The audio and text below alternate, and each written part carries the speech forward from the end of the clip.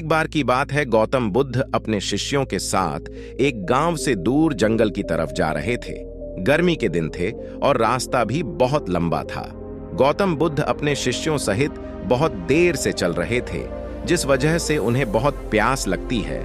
वहां से कुछ ही दूरी पर बरगद के वृक्ष की एक घनी छांव थी। सभी लोग उस वृक्ष के पास पहुंच जाते हैं। महात्मा बुद्ध अपने शिष्यों सहित वृक्ष की घनी छाया के नीचे विश्राम करने लगते हैं। बहुत देर से चलने की वजह से सभी का गला प्यास से सूख रहा था। यह बात बुद्ध जानते थे। बुद्ध ने अपने एक शिष्य को कहा, आप इस बरगद की छाया से 20 कदम दूर जाकर बरगद की 2 बार परिक्रमा करके वापस आओ। शिष्य वैसा ही करता है जैसा बुद्ध ने बताया। परिक्रमा के बाद जब शिष्य महात्मा बुद्ध के पास आया तो बुद्ध बोले कि क्या आपको किसी ठंडी हवा का अनुभव हुआ था? शिष्य बोला, हाँ महात्मा बुद्ध, उस उत्तर दिशा की तरफ से मुझे कुछ ठंडी हवा की अनुभव हुआ था। शिष्य की यह बात सुन महात्मा बुद्ध शिष्य से तुरंत बोले कि उसी दिशा में चले जाओ जरूर। वहां से कुछ ही दूर पर एक तालाब अवश्य मिलेगा। उस तालाब से सबके लिए पानी ले आओ। शिष्य उसी दिशा में जब कुछ दूर जाता है तो वहां सच में एक तालाब होता है। तालाब देख शिष्य बहुत प्रसन्न होता है और तालाब के निकट जाकर जैसे ही तालाब से पानी भरने वाला होता है, तभी शिष्य की नजर वहां दूर तालाब में कपडढे धो रही कुछ स्त्रियों पर जाती है। यह देख शिष्य मन में सोचता है कि यह पानी तो गंदा हो गया है। लेकिन जब शिष्य ध्यान से तालाब के पानी को देखता है कि अभी भी तालाब का कुछ पानी साफ है, इतने में 2 बैल गाढ़ी जोर से तालाब के किनारे से होती हुई निकल जाते हैं। बैलगाड़ी के पहिए तालाब की मिट्टी के ऊपर इतनी जोर से निकलते हैं कि तालाब के नीचे बैठी बहुत सारी मिट्टी तालाब के ऊपर आ जाती है, जिस वजह से तालाब का बचा हुआ पानी भी गंदा हो जाता है। यह देख शिष्य बिना पानी लिए क्रोध में महात्मा बुद्ध के पास वापस चला जाता है। शिष्य बड़े ही निराशा भाव से महात्मा बुद्ध को सब बात बताता है। शिष्य की बातें सुन सभी शिष्य बोलते हैं कि हमें तुरंत यहाँ से निकलना चाहिए, किसी दूसरी जगह पानी की खोज करनी चाहिए, वरना प्यास के मारे जान निकाल जाएगी। इधर महात्मा बुद्ध सभी को शांत होने के लिए कहते हैं और बोलते हैं कि धीरज रखो, कुछ देर यही बैठो, उचित समय आने तक संयम बनाए रखो। सभी महात्मा बुद्ध की बात सुनकर शांत हो जाते हैं और वही बैठ जाते हैं।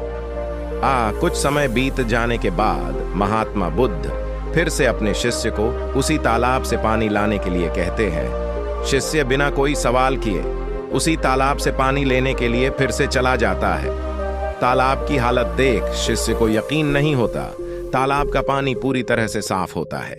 यह देख शिष्य बहुत खुश होता है और पानी भरकर महात्मा बुद्ध के पास जाता है। सभी पानी पीकर अपनी प्यास बुझते हैं, लेकिन अभी भी सबके मन में यह एक सवाल था कि आखिर यह चमत्कार हुआ कैसे? तालाब का सब पानी तो गंदा था। उन्हें लगा कि जरूर यह बुद्ध की शक्ति है। इनमें एक शिष्य ने यह सवाल महात्मा बुद्ध से पूछ ही लिया कि यह चमत्कार आपने कैसे किया? शिष्य का जवाब देते हुए महात्मा बुद्ध बोले कि यह कोई चमत्कार नहीं, यह आपके सब्र का फल है। यह फल है आपके सब्र बनाए रखते हुए उचित समय के इंतजार का। जितनी देर हम सब लोगों ने सब्र किया, उतनी देर तक तालाब के पानी के ऊपर तैर रहे सभी गंदे तत्व और मिट्टी तालाब के पानी के नीचे बैठ रहे थे। फिर कुछ देर बाद शिष्य जब वहां तालाब के पास पहुंचा, तब तक सब दूषित कण नीचे बैठ चुके थे, जिस वजह से तालाब का पानी पहले की तरह साफ हो चुका था तथा तालाब साफ दिखाई दे रहा था। यदि उस समय आप लोगों ने सब्र न किया होता, धैर्य न रखा होता, तो आप सब इतनी गर्मी में पानी की खोज में प्यासे रहकर शायद अब तक मृत्यु को प्राप्त हो गए होते, क्योंकि यहां से अगला कोई तालाब है या नहीं, और होगा भी तो क्या उसका पानी साफ होगा या नहीं। इन सब कारणों से आप कभी प्यास न बुझा पाते और प्यास से मर जाते। फिर इतना बोलने के बाद महात्मा बुद्ध शिष्यों को एक सीख देते हुए कहते हैं कि जैसी स्थिति हम लोगों के समक्ष आ जाई है, वैसी ही स्थिति और मुश्किल दौर जिंदगी के हर मोड़ पर आएंगे।